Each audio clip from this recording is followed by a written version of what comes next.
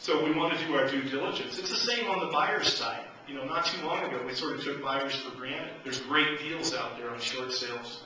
Today, I want my buyer informed to know, you know, what level of distress is the seller in? Are they cooperating? You know, where are we at in the foreclosure process? Lots of due diligence to be done by buyers. You can't take anything for granted. In any case, the short sale starts with that sort of homework. They're not for the faint of heart, whether you're a seller or a buyer. A lot of work goes into them. And I hope you don't ever see the ratios we have of short sales to regular sales here. But what's good about them? As I mentioned earlier, the cat out of the bag. How am I doing on time, Bart?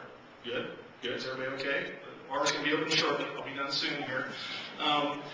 Let's talk about the poor homeowner. I have preached short sales for years. And again, I was a foreclosure attorney. I've done thousands of foreclosures for the FDIC, the RTC, for the farm credit banks. You know, I was always on the lender's side. I always thought it was nuts not for a lender not to look at the opportunity to realize more money today than what you will when a property becomes what we call REO, or real estate owned.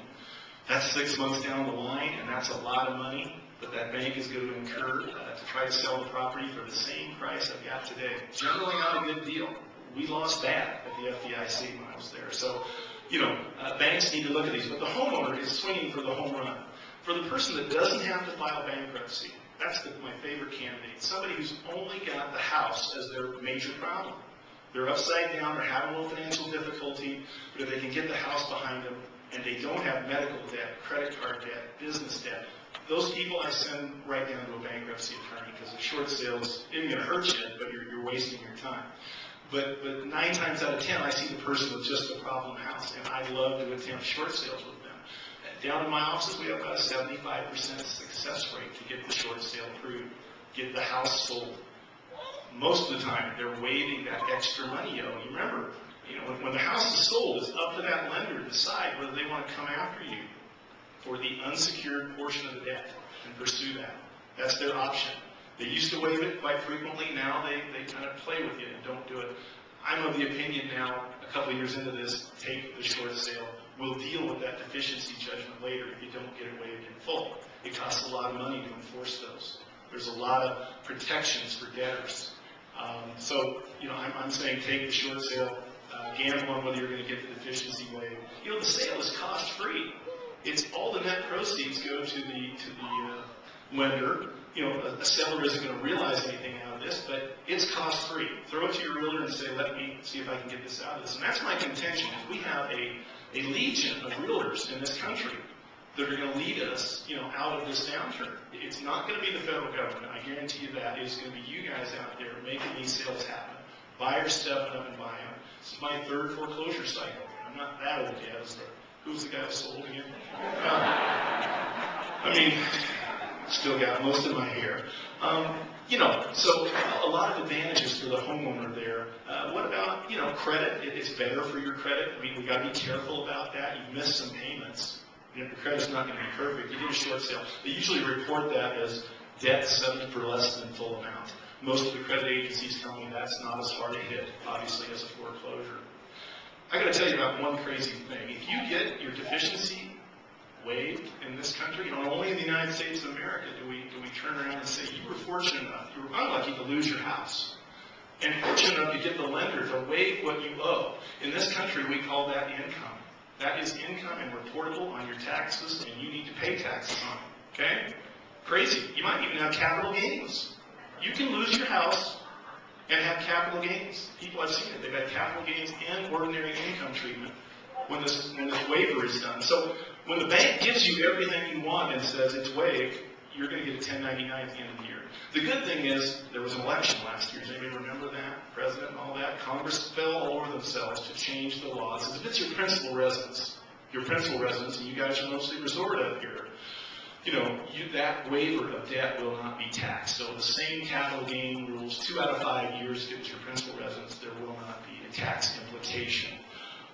You know, and then what about liability? Let's just finish on that for the homeowner. This is, you know, so the banks being coy. Many of them just won't tell you what they're going to do regarding the deficiency. I say take the short sale. My record, I thought I was pretty good. I'm over in 25 years trying to collect deficiencies. They cost money. My clients weren't happy when I handed them a bill that said I chased this guy until I was blue in the face. But, you know, he moved out of state, he hid his assets. But I wouldn't want to ever lull a client into the fact that you'll never pay on deficiency. In fact, I give the opposite advice. You better be prepared to file a bankruptcy if they try to pursue you on it. The day they show up and try to garnish your work to collect that deficiency, it's time for bankruptcy. The one we wanted to avoid up front, you're going to file today. But, you know, at least we got to test the waters and see. You know, and in the end, that is the process of a short sale of distressed property. You weave the waters through the icebergs. More likely than not, you'll end up fine. But I'm not going to wave my hand and say there's not a problem. Well, good for homeowners. Much better than a foreclosure or a bankruptcy, by far. Okay? What about lenders? You know, they may not know it. You got any lenders in the room I can pick on? You know, again, I read an article, so this is how anecdotal this evidence is. About $50,000 is the total cost of a foreclosure. And this is on average because it's not just the deficiency. We're talking about the cost, the attorney's fees, the lost opportunity on the money, the selling costs you're going to pay in the end. It's tough to come out ahead 6 months later when you have an offer today that a buyer that can close on it too. I mean, that's the new part. You got a buyer that can close. I'm going to take the deal. So whether lenders know it or not, it is better 9 times out of 10. And they have all these fancy calculations about net present value that they're doing to see whether this is a better deal. It's a better deal, I guarantee you.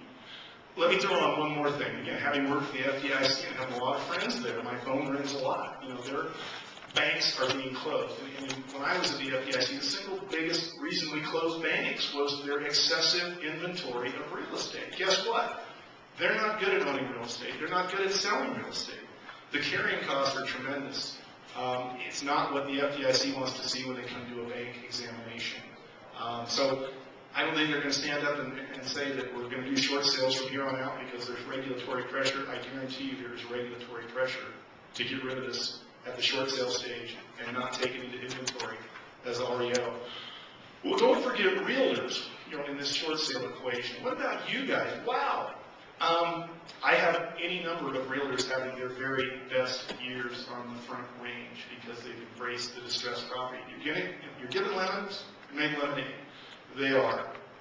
So there are commission-paying opportunities. Right now, we're only seeing about 5% paid. But, you know, the Obama administration is pushing out this making homes affordable thing. And there is a lot of juice, a lot of grease in there for short sales and deeds in lieu. I mean, pay attention. They're saying they will pay a homeowner $1,500 to do it. What's significant? Today they get nothing. And it's hard to keep their mind in the game and working with you when they know they're going to get nothing. It's hard to keep reminding them, this is going to be good for your credit. You know, we're going to get rid of the deficiency. Sometimes they lose interest. $1,500 in their hand, that's something. They got to go somewhere. They got to move. They need to pay. What about junior lien holders? Those pesky junior lien holders that all day long I tell them you're going to get nothing in a foreclosure. Here's your lien position, you're third, you're going to get nothing, but they want $10,000, you know, to release their lien. The Obama administration's thrown in $1,000 for these juniors, and that's what they should get when they're totally upside down. You know, they made a bad deal, tough, that's the way it is. So, helpful stuff. Here's the most important part about that. This Making Homes Affordable will cover about 85% of all the loans in America.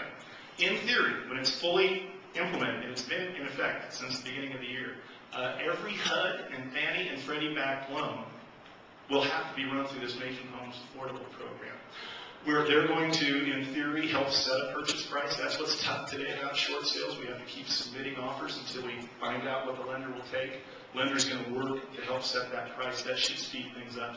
And they are not going to touch. Now, I've always contended it's against the law to fiddle with a realtor's commission. It's God-given, you know. 6%, come on.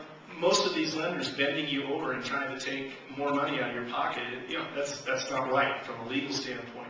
The administration says that 6% is what you will get. So it is worthwhile. It's a paying proposition. So hopefully we'll see that come into effect and you know, help the short sale process along. Hope you don't see as many as we do.